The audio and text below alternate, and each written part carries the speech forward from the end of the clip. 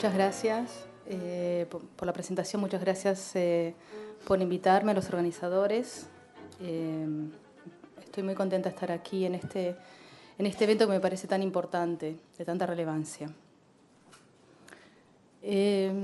Bueno, al grano. Los judíos han formado parte de la cultura, la historia y la identidad del mundo ibérico desde el medioevo hasta nuestros días. Y lo ha hecho de una forma a la vez central y ambigua. Ya en los siglos VI y VII de nuestra era, San Isidoro de Sevilla establecería las bases de una alianza Estado-Iglesia que marcaría hasta el día de hoy la vida política española alrededor de la antinomia judío-hebreo, que había sido teorizada anteriormente por Eusebio de Cesarea en los siglos II y III. Y si me tomo el atrevimiento de volver tan atrás en el tiempo para hablar de lo que sucede en nuestros días, es porque considero que allí se sentaron las bases de una forma de concebir lo judío que perdura hasta el día de hoy. En la teología política diseñada por Isidoro de Sevilla, se asociaba el término judío con el deicidio y el anticristo, y el término hebreo con los profetas y otros personajes bíblicos, que consideraba como cristianos primitivos.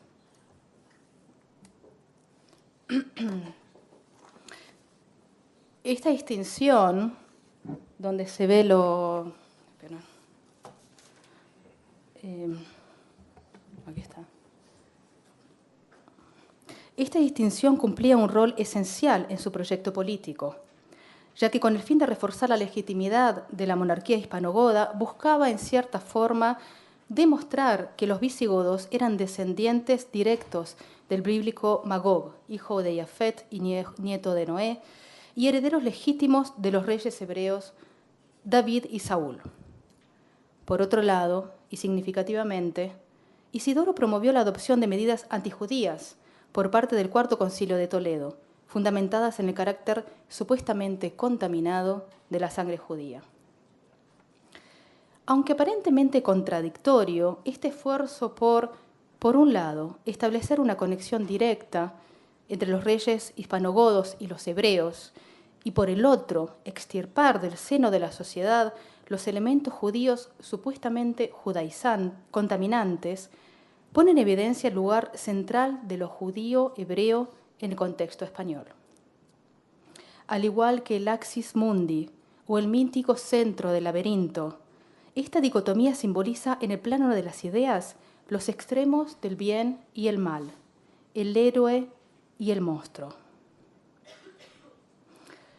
Significativamente, en los volúmenes de la Enciclopedia Espasa, publicadas en el primer tercio del siglo XX y que pude consultar en la sala de lectura de la Biblioteca Nacional de Israel en Jerusalén, figuraban las siguientes entradas.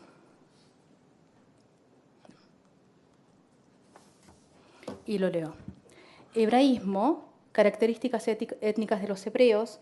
Este es el tipo del que habían de ser cortados los patriarcas y los profetas, el que había de cantar con la emoción más profunda y noble y que había de elevar a su grado más alto el ideal humano.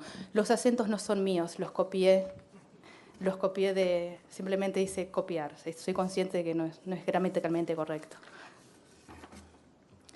Y en esta otra... Bueno. Y hay otra entrada donde figura la palabra judiada. Y está descrita de esta forma. Acción propia de judíos, muchedumbre o conjunto de judíos, acción inhumana, lucro excesivo y escandaloso.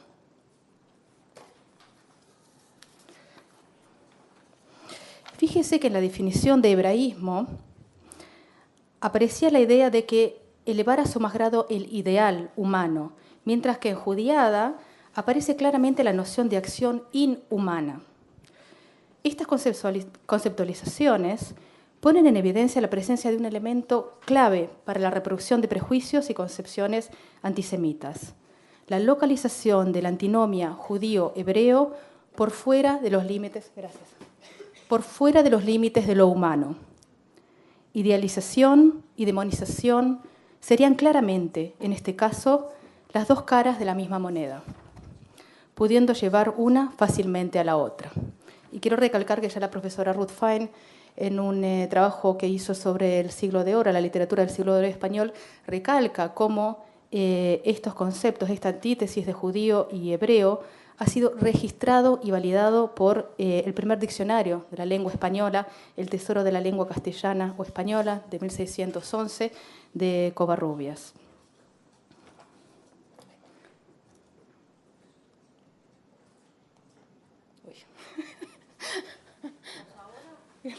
Ok. Yo creo que esta imagen permite ver gráficamente lo que en mi opinión es un concepto central de la antinomia judío-hebreo, donde en esta imagen del yin y el yang de Oriente se sintetiza al carácter a la vez dinámico y complementario de esta antinomia. Este punto, insisto, es, en mi opinión, fundamental a la hora de comprender las distintas formas que han ido tomando los prejuicios y las concepciones antisemitas en la España de hoy. Durante siglos, la ausencia física de judíos en territorio español, y esto ya se dijo con anterioridad aquí, fue contrarrestada por una activa presencia de los mismos en la cultura y la religiosidad local. Hasta el día de hoy, costumbres como ir a matar judíos en Semana Santa son practicadas en distintos pueblos de España. Asimismo, tradicionales acusaciones de crímenes rituales, supuestamente cometidos por judíos contra niños inocentes o incluso contra Cristo mismo a través del misterio de la transubstanciación, como es el caso del Santo Niño de la Guardia o la leyenda de la profanación de la hostia en Segovia, no solo permanecen vivas en la cultura popular, sino que incluso son el epicentro de importantes fiestas populares y religiosas locales. Bueno, esta me pareció, solamente hablando de las tradiciones, esta es una concepción claramente antisemita, donde era necesario recalcar que Samuel Aleví en Toledo era el tesorero del rey que prefirió morir torturado antes que confesar donde ocultaba sus riquezas. Era necesario mantener eso ahí en la pared hasta el día de hoy. Es que se tratan de tradiciones. O aquí era la tradición de donde se habla de la profanación de la hostia, una antigua leyenda, pero hasta el día de hoy se sigue celebrando la catorcena en Segovia, la peregrinación del Corpus Christi con la presencia del obispo, cuando se habla claramente de una leyenda donde se demonizan a los judíos por supuestamente haber desecrado, haber intentado tirar una hostia consagrada en agua hirviendo.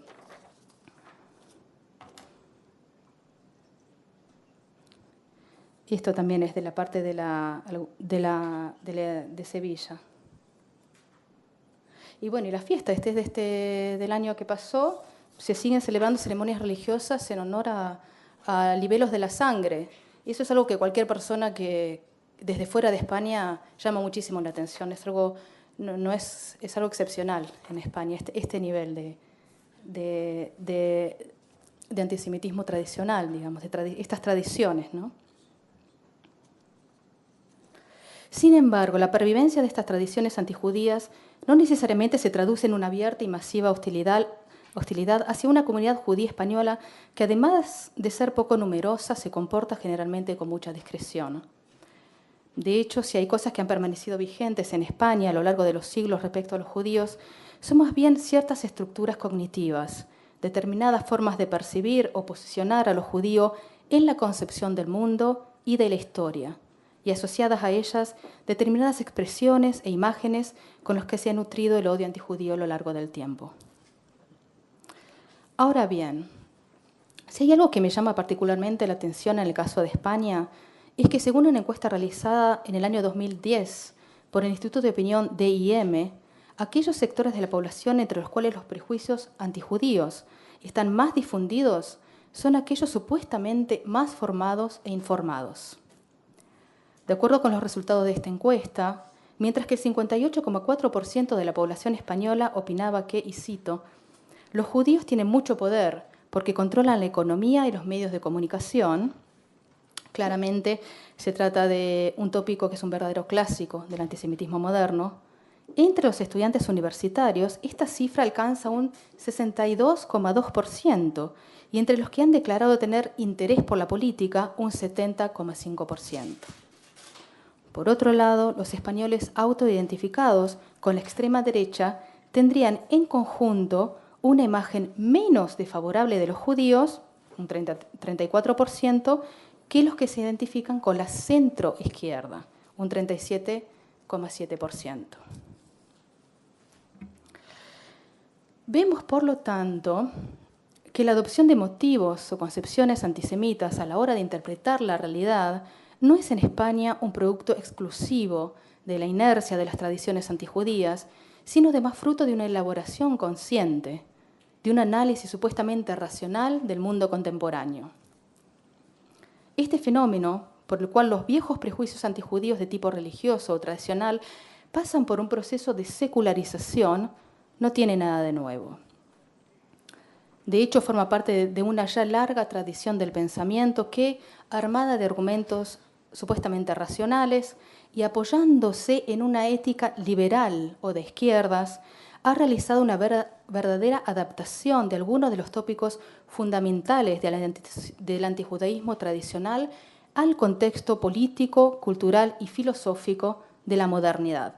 Y acá es importante porque se ha debatido tanto el tema de que hay que volver a la modernidad, el tema del iluminismo, y me parece importante destacar que entre los primeros y más influyentes exponentes de esta tendencia se encuentran el reconocido intelectual humanista, le prince des lumières, el príncipe de las luces, Voltaire, y el filósofo, por dar unos ejemplos, en realidad habría muchos, está Kant, el filósofo Kant, y el filósofo y revolucionario anarquista Pierre-Joseph Proudhon, quienes no dudaban, tanto Voltaire como Proudhon, en denunciar al judío como enemigo de la humanidad.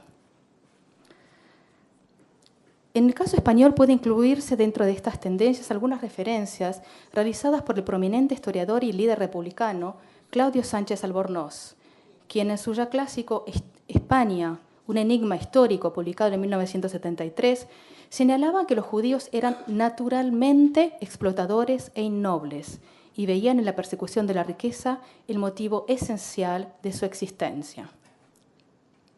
Significativamente, Sánchez Albornoz abría el capítulo de su libro dedicado a lo que él llamó los límites de la contribución judaica a la forja de lo español, señalando que ningún español educado contemporáneo suyo sentía antipatía alguna por el pueblo hebreo.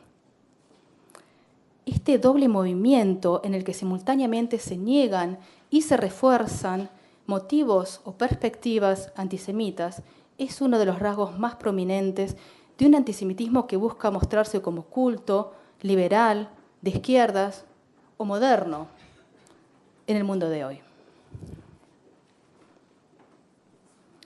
De hecho, hay un libro bastante famoso de Pierre-Joseph Taguieff, bastante gordito, donde habla de la judeofobia de moderna. Hay todo un capítulo sobre la judeofobia en la modernidad.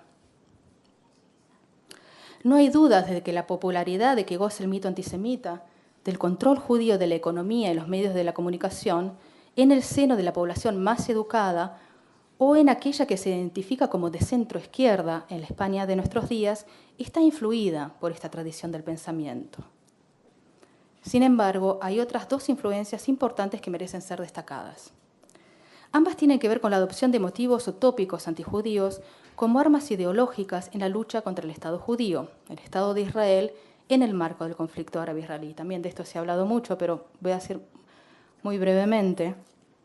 A nivel internacional, con el estrechamiento de la alianza político-militar entre la ex Unión Soviética y los países árabes, siguiendo la Guerra de los 6 días en junio de 1967, se produjo el lanzamiento por parte de la expotencia comunista de una sistemática campaña antisionista que retomaba y resignificaba las antiguas tradiciones del antijudaísmo europeo.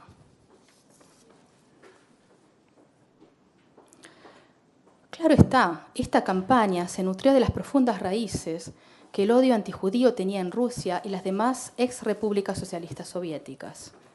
no debemos olvidar que los tristemente famosos protocolos de los sabios de Sion, y también se hizo referencia, vuelvo a temas de los que ya se habló, probablemente el libro que más ha contribuido a la difusión del antisemitismo a nivel mundial, fue publicado en París por agentes rusos de Lojana, la policía secreta rusa.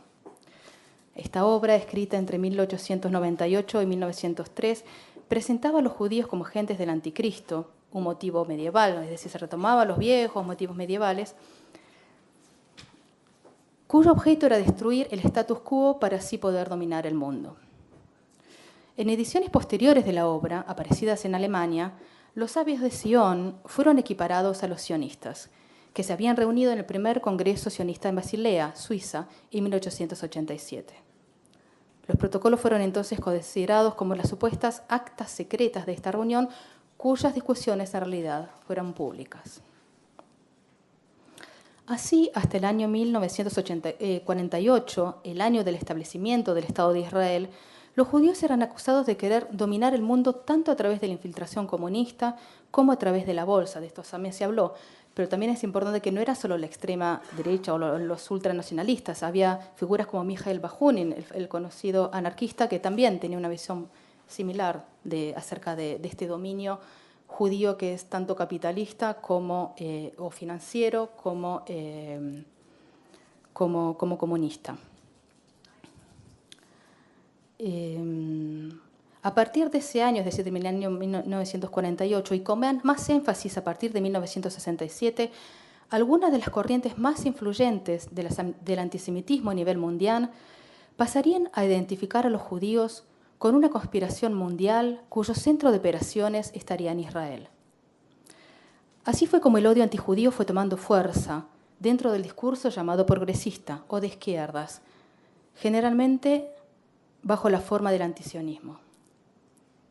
A pesar de la extinción de la ex Unión Soviética, varios de los tópicos que caracterizaron la adopción por parte de sus ideólogos de los viejos prejuicios antisemitas para deslegitimizar el sionismo y el Estado de Israel siguen gozando de buena salud en no pocos círculos políticos de izquierda.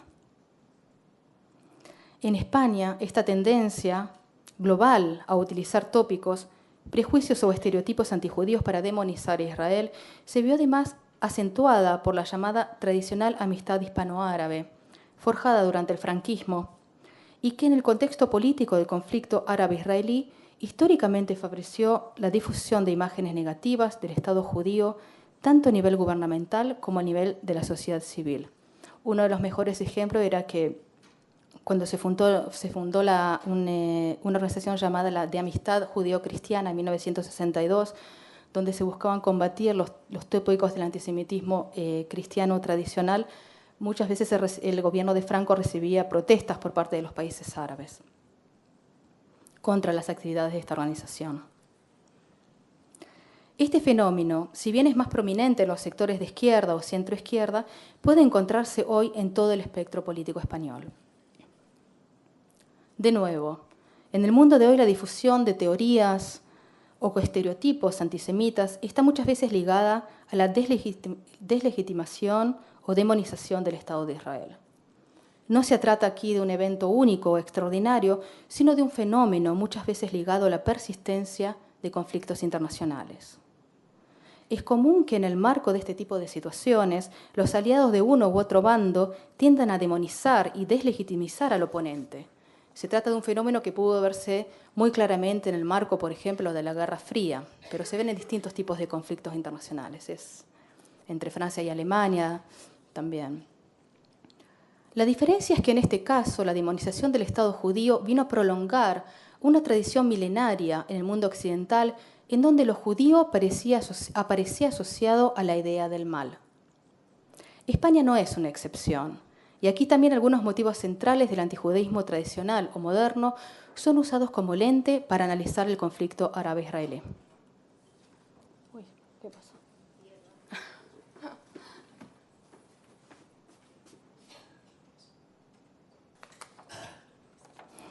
Bueno, creo que en esta imagen está claramente, están hablando, una persona pregunta, pero ¿cómo puede Israel violar con total impunidad todas las leyes humanas e internacionales? Y hay una persona caricaturizada como un judío tradicional es claramente un judío, no necesariamente un israelí, y dice, nuestro buen dinero nos cuesta, refuerza todos los prejuicios antisemitas acerca del control mundial, cómo los judíos controlan el mundo a través del dinero y la perversidad y demás.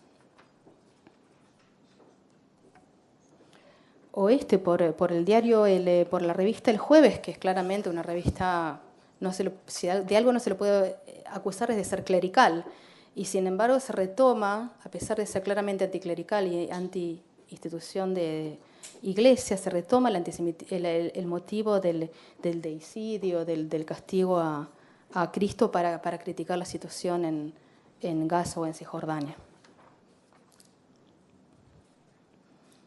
Quiero decir que muchas de las cosas que voy a mostrar ahora aparecen aquí, en esto que en este informe que, como alguien que investiga el antisemitismo en España, me parece una herramienta fundamental y es fundamental para entender lo que está sucediendo a nivel de antisemitismo hoy en España, este trabajo que están haciendo, por lo visto a pulmón, según tengo entendido, y varias de las imágenes que traigo ahora son de aquí, las traje de aquí. Además, como quedó en evidencia durante la censura al cantante judío de nacionalidad estadounidense, Matisiahu, durante el festival Rototom Sunsplash en Valencia, en agosto del año 2015, debido a que no había cumplido con la exigencia de firmar una declaración en apoyo a la creación de un Estado palestino. Es decir, le preguntan a una persona que no tiene nada que ver con Israel, pero que es judía, es decir, que no tiene nacionalidad israelí, que haga una declaración en favor al Estado palestino y como se niega, lo censuran. Algo claramente problemático, por ser suave. Claramente hay una visión con contenidos con problemáticas. Esta relegitimación de los tópicos históricos del antijudaísmo en el contexto del antisionismo tiene consecuencias sobre cómo se perciben los judíos en general. De hecho, Matisiahu declaró al Jerusalem Post que jamás en su vida había sufrido el tipo de antisemitismo que sufrió aquí en España, como lo que le pasó ahí en el festival. Este contexto político, ideológico y cultural favorece la proliferación de teorías conspirativas asociadas a los judíos. Se trata aquí de un verdadero clásico. Ya en la Lima de mediados del siglo XVII, una decena de supuestos judaizantes fueron quemados en la hoguera por haber sido considerados culpables de organizar aquello que se conoció como la conspiración grande. Este plan, supuestamente urdido por descendientes de judíos en confabulación con los enemigos internos y externos del imperio, estaba destinada, según los inquisidores, a minar la soberanía española sobre sus colonias americanas. En la España de hoy, este tipo de teorías conspirativas parecen ejercer un particular poder de atracción. Junto a los ya nombrados protocolos de los sabios de Sion, pueden conseguirse sin problemas en las librerías españolas libros relativamente recientes, donde supuestamente se develan los secretos ocultos detrás de grandes conspiraciones que inevitablemente incluyen a los judíos y a Israel. Antes de venir acá, unos días antes, entré a internet, busqué en la Casa del Libro. Uy, ¿qué pasó?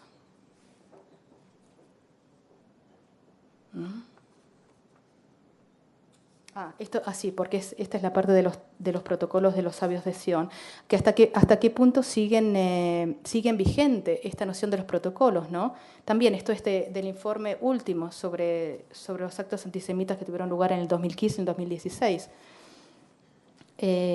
No noté la fecha. Bueno, fue en los últimos años, donde se consideran que los protocolos de los sabios de Sion son relevantes, es decir, no, son mentiras, pero son relevantes.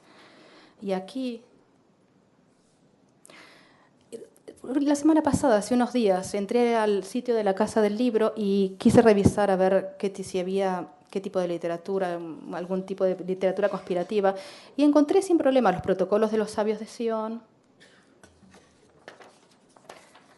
este otro libro llamado La conspiración mundial y cómo acabar con ella, donde claramente hace referencia a la conspiración.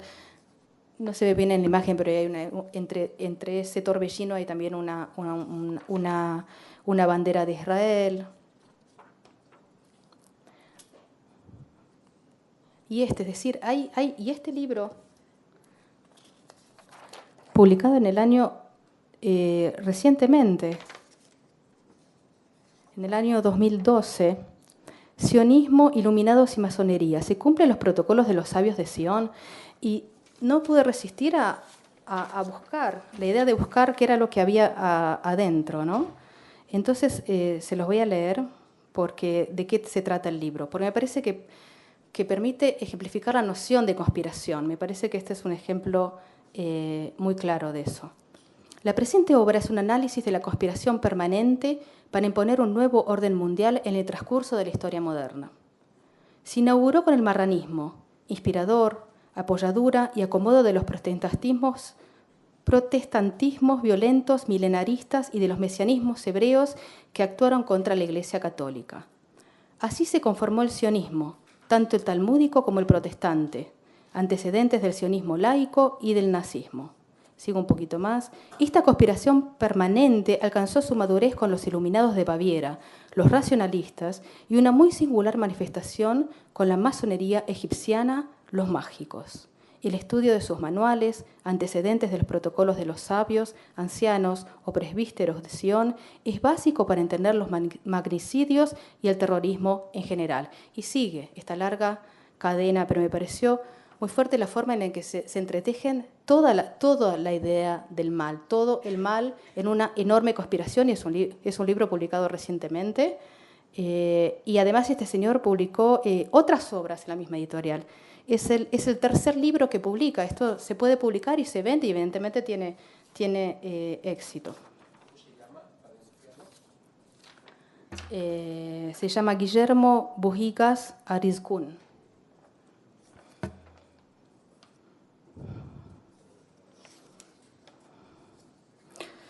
Sería imposible nombrar aquí las aparentemente infinitas líneas argumentales que aparecen detrás de estas teorías. Sin embargo, el objetivo último de estas depravadas y maléficas, supuestamente depravadas y maléficas asociaciones, generalmente está orientado hacia ejercer la dominación sobre todo el planeta. Algunos motivos comunes de este tipo de teorías es la noción de que los judíos y o Israel están detrás de grandes calamidades, como atentados terroristas, o que un poderoso lobby judío controla la economía, los medios de comunicación, la política de poderosos estados, principalmente los Estados Unidos, pero en algunos casos se involucra también a organizaciones como la Unión Europea, las Naciones Unidas e incluso al Vaticano. U otras organizaciones como el Fútbol Club Barcelona o la Academia Sueca. Acá aparecen algunos ejemplos, todos sacados del último informe sobre antisemitismo.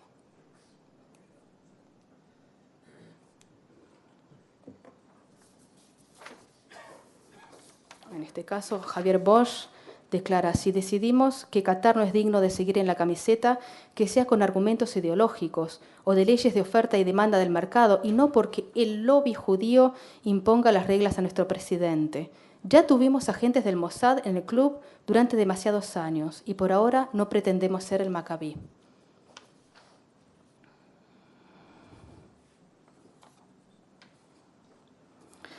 Considero importante señalar que estas extendidas creencias en los misteriosos poderes de un imaginario lobby judío no solo promueven actitudes hostiles, y eso también se dijo, hacia los judíos o Israel, sino que siguiendo el modelo de la antinomia judío-hebreo de la que hablaba al comienzo de esta conferencia, en algunos casos incluso llegan a convertirse en incentivo para la adopción de actitudes filosemitas. Y esta es una cita, ya tiene algunos años, de José María Lasalle, que publicó en ABC. Estaba criticando la política del presidente Zapatero, entonces dice: con su gesto emistoso hacia Israel ha conseguido dos cosas: que las orillas transatlánticas entre los Estados Unidos y España se alejen unos cientos de metros más. A todo esto era la política de Zapatero hacia Israel. Y, digamos, hubo una asociación directa entre Israel y Estados Unidos de nuevo. Y de paso nos hayamos enajenado innecesariamente el apoyo del poderoso lobby judío norteamericano. De nuevo, esto es un tópico que evidentemente está muy instalado y la gente considera que esto es una verdad de perogrullo prácticamente. No se discute. Existe un lobby judío y es un hecho que existe un cierto consenso en ciertos ámbitos. El último aspecto de las manifestaciones del antisemitismo en la España contemporánea al que quisiera referirme es el del neonazi o de ultraizquierda. Si bien se trata de un fenómeno relativamente marginal desde el punto de vista numérico, es importante identificar las líneas principales en las que éste se desarrolla por la influencia que pueden llegar a tener sobre el resto de la población. En el discurso de ultraderecha, si bien por un lado se hace una reivindicación de los regímenes nazifascistas del pasado y se brega por una reedición de los mismos en el contexto actual, por el otro se incurre muchas veces en el llamado negacionismo o trivialización de la Shoah. Según la investigadora argentina Marisa Brailán, me parece que tiene una definición que en mi opinión es clarísima, el negacionismo del Holocausto es la distorsión ilegítima de un registro histórico que fue constatado efectivamente por prueba, es decir, uno no tiene que venir a probar nada, ya fue probado por prueba fílmica, documental y testimonial, y oportunamente juzgado por tribunales internacionales, de manera tal que ciertos eventos aparezcan como diferentes a los que fueron en realidad, con un fin meramente ideológico, político, religioso y o discriminatorio. Claramente, el objetivo de este tipo de distorsión de la verdad histórica es tanto preservar el buen nombre de regímenes que han sido condenados internacionalmente por sus políticas de exterminio, como reforzar la tradicional imagen del judío como un inescrupuloso manipulador de la opinión pública, cuyas metas últimas son la persecución ilimitada del dinero y el poder. Efectivamente, uno de los argumentos centrales esgrimidos por los negacionistas es que la Shoah o exterminio judío a manos de los nazis ha sido en gran medida un invento de los propios judíos destinado a sobornar a las conciencias occidentales, fomentando la culpa por un supuesto crimen que en realidad nunca existió. En el contexto español, el fenómeno neonazi irrumpió recientemente en la escena política en el contexto del secesionismo o las luchas independentistas libradas en Cataluña.